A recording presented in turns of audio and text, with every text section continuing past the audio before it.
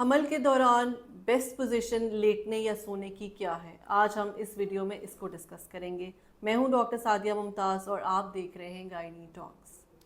Pregnancy के जो शुरू का ट्राइमेस्टर है यानी कि फर्स्ट, सेकंड और थर्ड मंथ, इसमें तो कोई पर्टिकुलरली कोई पोजीशन नहीं है जो आपने अटेन करनी है for the betterment of your pregnancy, your baby and for you as well.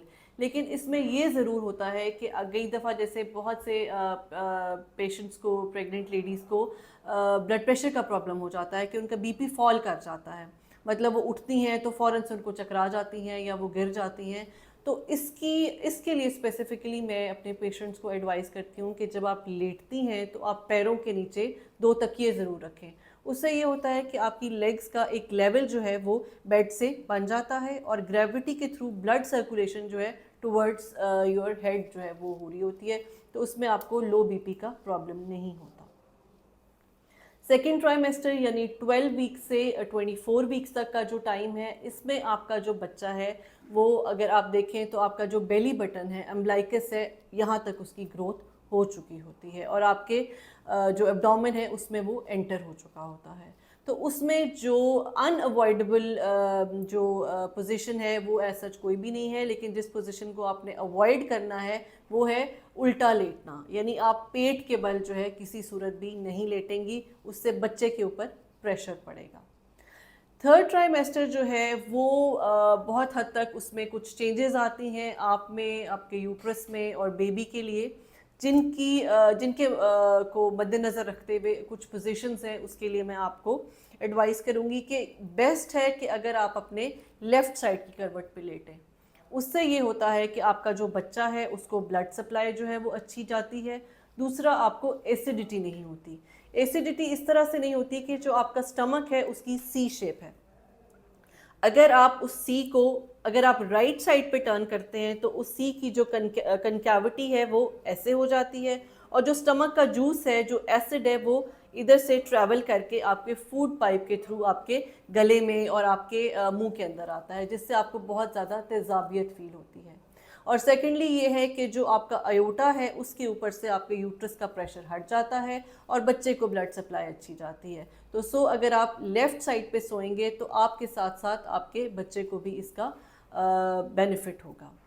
सीधे लेटने से स्पेसिफिकली मना किया जाता है, उसकी 2 वजूहात हैं कि इस वक्त एक तो आपका अपना वेट बहुत ज़्यादा है, यूट्रस जो है ऑलमोस्ट 20 ग्राम से 1 किलोग्राम तक जा चुका है और उसके अंदर 2 लीटर्स तक जो है वो फ्लूइड इकट्ठा होता है, अपार्ट फ्रॉम टोटल जो उसका वॉल्यूम है। अगर बेबी वाटर इतना नहीं भी है तो टोटल अगर हम उसकी वॉल्यूम कैपेसिटी देखें तो वो अराउंड 2 लीटर्स हो चुकी होती है, ये थर्ड ट्राइमेस्टर में। तो इस सब का प्रेशर आपकी जो मेन हार्ट वेसल है, जिसको हम अयोटा कहते हैं, जो कि यूट्रस के पीछे आ चुकी होती है, बिकॉज यूट्रस ग्रो करके आपके एब्डोमेन के ये ज़ीफी स्टर्नम तक चला जाता है और उसके नीचे, बिल्कुल उसके नीचे अयोटा होता है। तो उस यूट्रस का प्रेशर जब आप सीधे लेटते हैं तो उस के ऊपर पड़ता है, जिसकी वजह से एक तो उसका जो वॉल्यूम है उसमें कंस्ट्रिक्शन हो जाती है और जो ब्लड फ्लो है वो उसमें प्रॉब्लम होती है, उसमें प्रेशर बढ़ता है, उसका फ्लो कम हो जाता है और जो उस वेसल, मेन वेसल में से बाकी जो दूसरे वेसल्स हैं उनको जो ब्लड जाना था, उनको जो ऑक्सीजन जानी थी, वो कम हो जाती है। तो इसलिए सीधे लेटने से बहुत हद तक मना किया जाता है और ये कहा जाता है कि आप लेफ़्ट साइड की करवट पे लेटें। इसमें एक और जो तवज्जो तलब बात है वो ये है कि अगर आपको एसिडिटी बहुत ज़्यादा हो रही है, जो कि थर्ड ट्राइमेस्टर में ज़्यादा होती है, तो आपने सर के नीचे तकिया रखना है, यानी अपना हेड लेवल जो है उसको अपनी बॉडी से रेज रखना है। अगर आपका बीपी लो हो जाता है तो आपने अपना फुट लेवल ज़्यादा रखना है। इस चीज़ को आपने खुद से असेस करना है। मतलब ये कोई मेडिकल बात नहीं है या ये कोई बहुत ज़्यादा रिलेटेड टू मेडिकल फील्ड या दवाइयों से रिलेटेड नहीं है। ये सिंपली एक टिप है जिसको आप घर बैठे अपनी इन 2 प्रॉब्लम्स को सॉल्व कर सकते हैं कि अगर आपको तेज़ाबियत हो रही है, आपके मैदे पे प्रेशर हो रहा है, तो अपना सर ऊंचा रखेंगी। और इसमें अगर आप तकिया भी ऊंचा नहीं रख सकती, अगर आपको ये लगता है कि आपके नेक मसल्स में स्पैज़म हो जाता है, तो जो आपके बेड की जो हेड एंड के पाँव हैं, आप उसके नीचे आप ब्रिक्स रख लें। उसका लेवल ऊंचा कर लें। ताकि आप अपना नॉर्मल लेवल का ही लें, लेकिन बेड का जो हेड एंड है उसको ऊंचा कर लें।